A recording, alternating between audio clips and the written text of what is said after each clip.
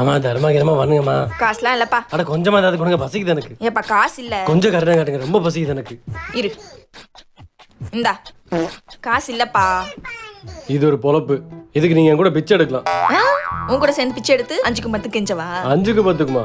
ஒரு நாளைக்கு 5000 to 6000 சம்பாதிக்கிறேன். மாசத்துக்கு 2 லட்சம். 2 லட்சமா?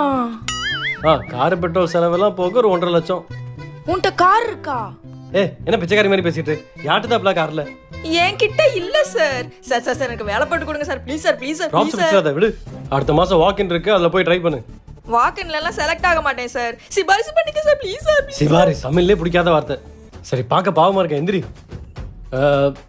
சரி இரு, ஃபர்ஸ்ட் உனக்கு போஸ்ட் சொல்லி தரேன். இந்த இப்படி நெலி, இப்ப வாய் அப்படியே ஏன்னு கோணிக்க, இப்ப ஐயா அப்படி கெஞ்சு, ஐயா. பெர்ஃபெக்ட், பிச்சைக்காரி மாதிரியே இருக்கு. ஆனா நான் 60,000 மேல 1 ரூபா கூட தர மாட்டேன் சார்.